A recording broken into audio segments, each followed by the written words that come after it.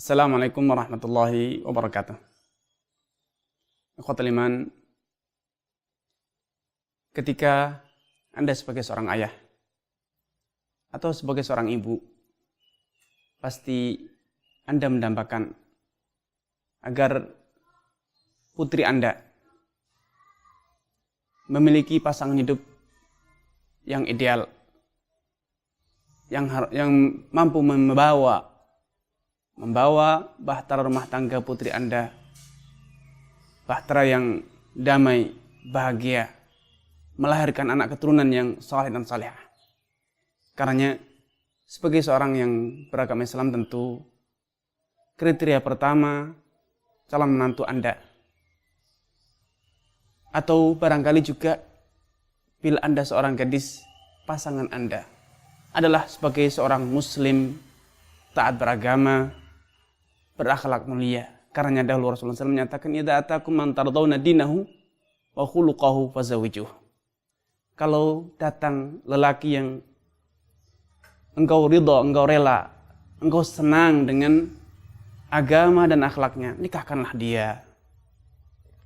Namun sudah menjadi satu kepastian pula bahwa perbedaan agama adalah salah satu aspek utama yang dengannya, salah satu alasan utama dengannya Anda menolak lamaran seseorang.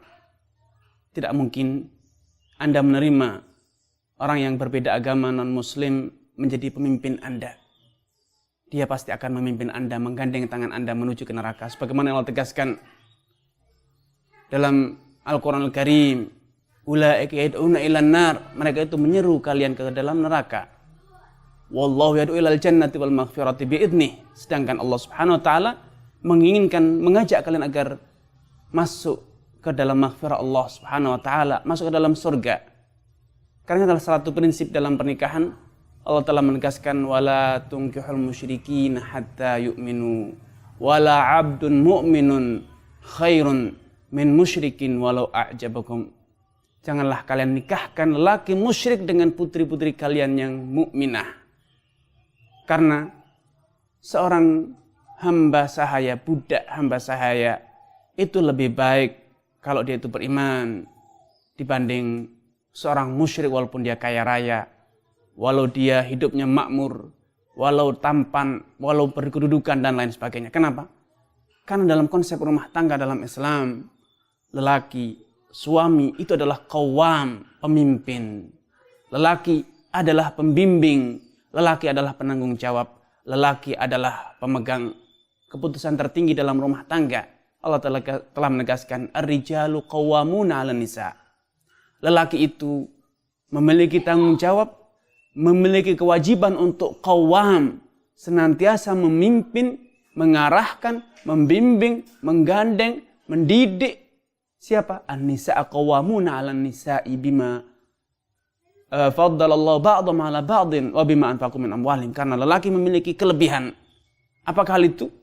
Kelebihan fisik, kelebihan psikologis dan lain sebagainya. Dan karena lelaki membelanjakan hartanya untuk menafkahi, memberikan mahar, menghidupi, membiayai, memberi pakaian dan lain sebagainya kepada kaum wanita. Bila ketentuan agama berlaku dalam hubungan rumah tangga, yang itu adalah satu komunitas kecil, satu tatanan kecil, satu komunitas masyarakat yang kecil, Anda harus mempertimbangkan iman. Pemimpin komunitas, pemimpin masyarakat terkecil dalam di masyarakat kita, yaitu rumah tangga, haruslah dipimpin oleh orang yang beriman dan bertakwa.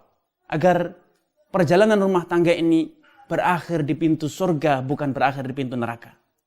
Bila ini berlaku dalam memilih kepala rumah tangga yang hanya memimpin 1, 2 orang, 3 orang, mungkin 10 orang. Tentu dalam urusan kepemimpinan yang lebih luas, pemimpinan dalam satu desa misalnya, kecamatan, kota, kabupaten, provinsi, dan bahkan mungkin dalam skup yang lebih luas lagi yaitu negara. Tentu aspek iman itu harus diperhatikan. Tidak sepatutnya seorang mukmin, seorang muslim hanya memikirkan sebagaimana ketika dia ingin menikahkan putrinya, memikirkan yang penting lelaki kaya, yang penting lelaki tampan, yang penting lelaki berkedudukan sosial tinggi, memiliki jabatan. Tidak.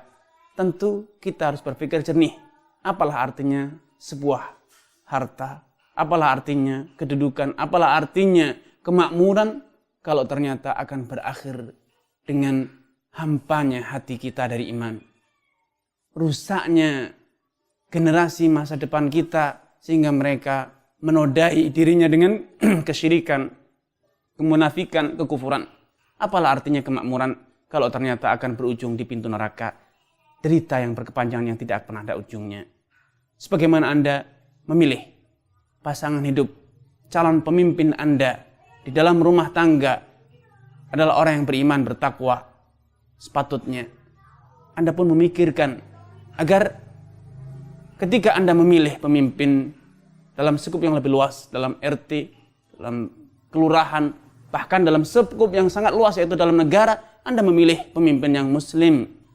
Karena dalam konsep kepemimpinan, konsep pemimpin dalam Islam, pemimpin itu bertanggung jawab untuk menggandeng, untuk memimpin, membawa rakyatnya ke dalam jalan yang benar, ke pintu surga Allah Subhanahu wa taala. Karena simaklah bagaimana Allah Subhanahu wa taala menjelaskan tentang konsep ini dalam firman-Nya, ya ayyuhalladzina amanu qu anfusakum wa ahlikum nar. Orang yang beriman, lindungilah diri kalian dan keluarga kalian dari siksa neraka. Ini tanggung jawab yang harus dipikul oleh seorang pemimpin, baik pemimpin dalam skup yang kecil, yaitu rumah tangga, ataupun tentunya pemimpin yang lebih besar dalam skup yang lebih luas. Tentu aspek iman adalah unsur yang paling utama untuk Anda pertimbangkan. Masalah kemakmuran, dengan izin Allah Subhanahu wa taala, Allah akan berikan. Kalau kita benar-benar menegakkan nilai-nilai iman, nilai-nilai takwa. Allah Subhanahu wa taala telah menjanjikan, wa'adallahu alladziina aamanu wa 'amilus shalihat. Allah telah berjanji kepada orang yang beriman dan beramal saleh akan dijadikan mereka itu sebagai penguasa, mereka itu sebagai pemimpin di muka bumi ini, negeri mereka akan makmur. Allah Subhanahu wa taala juga telah berjanji, man 'amila shalihan min dzakarin aw untha falanuhyiyannahu hayatan thayyibah. Barang siapa yang beramal saleh dari laki-laki atau wanita wa huwa mukmin, sedangkan amal saleh itu dilandasi oleh iman yang tulus, iman yang benar, maka Allah akan berikan kehidupan yang makmur sejahtera.